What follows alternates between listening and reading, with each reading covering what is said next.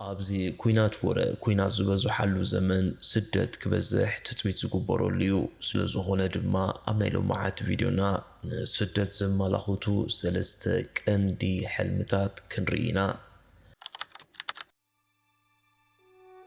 شانطة تقبل نابي كم اتخيد كن ايتفلتن وي بورصها تزاقاجو كن ناي مخاد حساب يبلكان ወይ ድማ ዝኾነ ንብረት ናብ ቦርሳ ክትእቱ ትብል እሞ እቲ ቦርሳ ግን ሓድሽ ወይ ዘይትፈልጦ ይኸውን።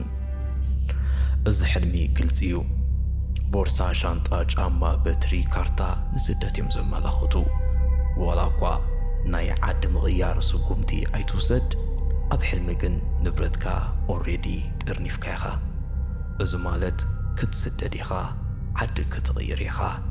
ኣቦታት ከም ዝክብሉ ይምስሎ ካብ ሃገሩ ዝወፀ ክሳብ ዝምለስ እንተፀዓንዎ ኣድጊ እንተለጎምዎ ፈረስ ነዚ ሕልሚ እንተሪኢኻ ምፍልላይ ምእንቲ ከይከብደካ ምስቲ ዘለኻዮ ኣከባቢ ምሒር ኣይትተኣሳሰር።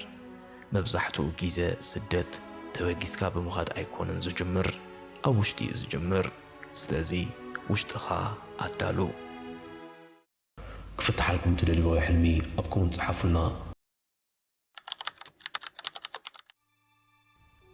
أب حلمخا دمس تسمع تنكساس كيد زبل وي اتفلطو يخون زي تفلطو أبزي كونن بوتخا يبلايكا وي ون بكدي يخون بفقري كاب عدخا دفيهم يوتوخا እዚ ሕልሚ ክትስደት ከም ዝኾንካ ይዘመላኽት ወይ ድማ ናይ ቦታ ለውጢ ክትገብር ከም ዝኾንካ ይዘመላኽት። ኣብዚ ዘለኻዮ ቦታ ጥዒሙካ ክኾን ይኽእል፣ ዘይጣዕመካ እውን ክኾን ይኽእል። በዚ ኮይኑ በቲ ግን እዚ ዘለኻዮ ቦታ ቦታኻ ኣይኮነን። እዚ ፃውዒት መጻኢኻ ኣብዚ ዘለኻዮ ቦታ ከም ዘይኮነ እዩ ዝነግረካ ዘሎ። ኣብ ህይወትካ ዝነበረ ምዕራፍ ተዛዚሙ ናብ ሓድሽ ምዕራፍ ክትሰጋገር ኢኻ። ኣቦታት ክምስሉ ልቐቕ ዘይምድርኻ ውረድ ካብ ዘይበቕልኻ ይብሉ። ነዚ ሕልሚ ምስ እትርኢ ተኸታሊ እምነት ክርስትና እንድሕር ኮንካ መጽሓፍ ዘፍጥረት ምዕራፍ 12 ኣንብብ።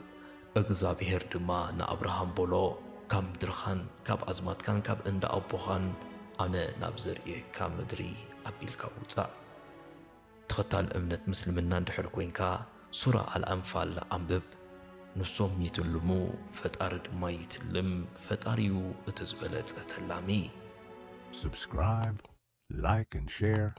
Thank you for your support. እንሓንበስካ ይኹን ብእግርኻ ሩባ ትሻገር ወይ ጃልባ ጌርካ ባሕሪ ትሰግር ወይ ድማ ኣብ ዘይትፈልጦ ቦታ ነፍስኻ ትረኽባ።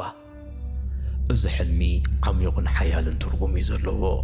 ካብዚ ሕጂ ዘለኻዮ ቦታ ናብ ካልእ ቦታ ክትጋዕዝ ኢኻ። እዚ ሕልሚ መብዛሕትኡ ግዜ ስደት ቅድሚ ምስዳድካ ኢኻ ትርእዮ። ከተማ ወይ ሃገር ወይ እውን ኣህጉር ክትቕይር ምዃንካ እዩ ዘመላኽት። እዚ ሕልሚ እቲ ትኸዶ መንገዲ ናይ ባዕልኻ ዘይኮነ ናይቲ ልዑል ፈጣሪ መደብ ከም ዝኾነ እዩ ዝነግረና። ኣቦታትና እውን መንገድኻ የጻዕድውልካ ክብሉ ይምርቑ። ነዚ ሕልሚ ምስ እትርኢ ኣብ ዕለታዊ ህይወትካ ንእትረኽቦም ሓደሽቲ ዕድላት ሰባት ይኹኑ ነገራት ልቢ በለሎም። ነፍስኻ ሩባ ባሕሪ ይኹን ውቅያኖስ ክትሰግር እንድሕር ርኢኻያ ብርግጽ ኣብ ድርጉኺት ናይ ለውጢ ኣለኻ ማለት እዩ። ለውጢ ወላ ንጽቡቕ ይኹን ምቾት ዝህብ ከይከውን ይኽእል እዩ። ናብ ገሊኡ ምኻድካ ዘይተርፍካ ኮነ ግን ድልውኩን